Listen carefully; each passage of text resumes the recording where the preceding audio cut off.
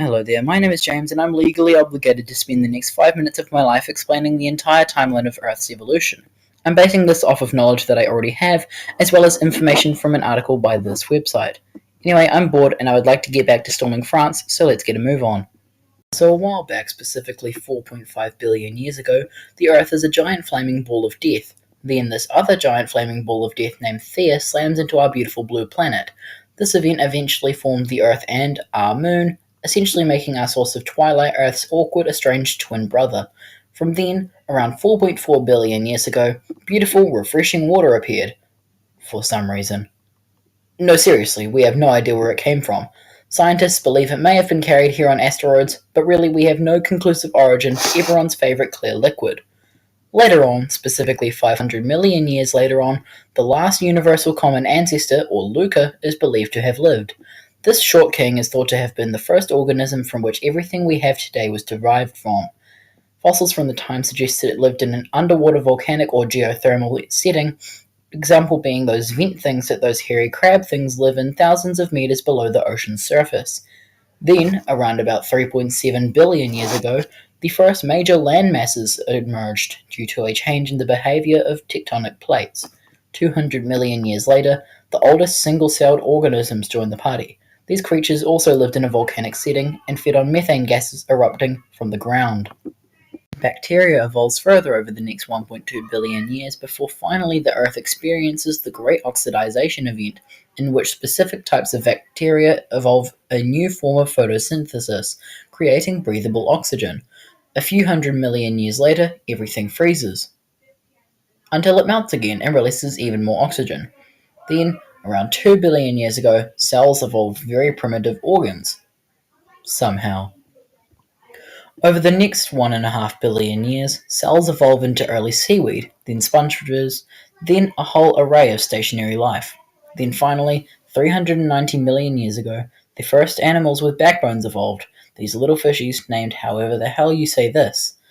After that, life continued to evolve, eventually bringing trilobites into the picture. Let's take a look at these beautiful little— oh my god, oh Jesus! After that, around 515 million years ago, plants moved to land and started colonizing Earth like the British in the 16th century.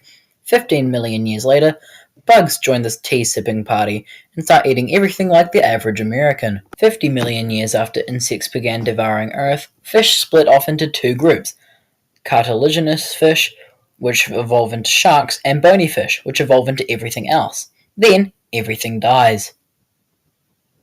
Afterwards, the coelacanths arrive, those weird armored fish that turned up in Africa after being considered extinct for 400 million years. 25 million years later, fish decided to move onto land and become the sole reason that I have to go to school today. Screw you, Tiktaalik Rose.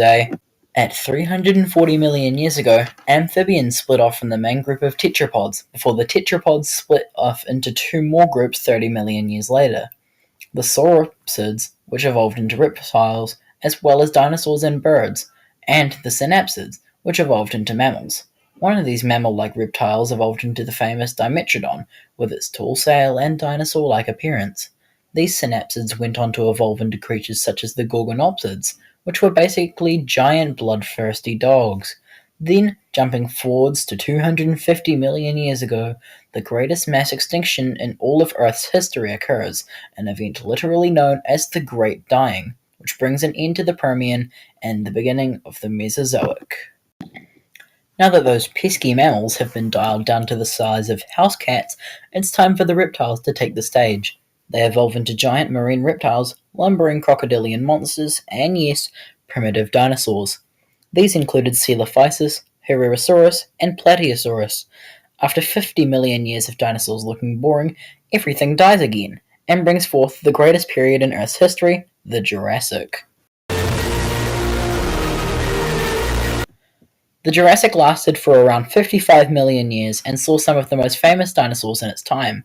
These included the Allosaurus, Brachiosaurus, Diplodocus, and Stegosaurus. The Archaeopteryx also evolved in this time, the famed European first bird. Then, everything died.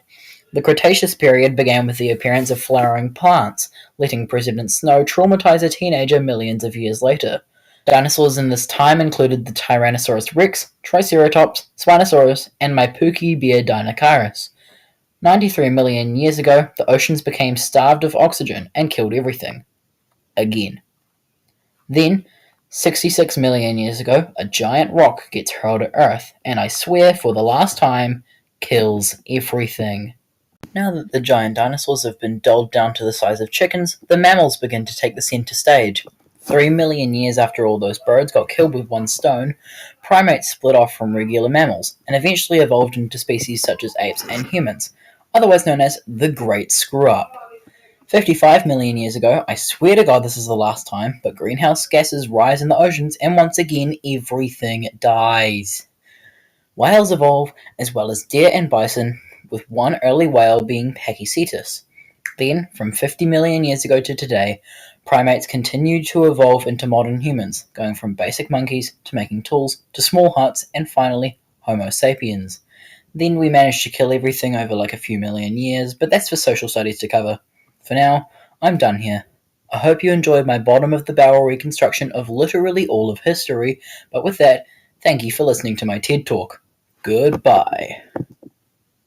I don't know why I said it like that. That was kind of weird. I'm gonna leave now.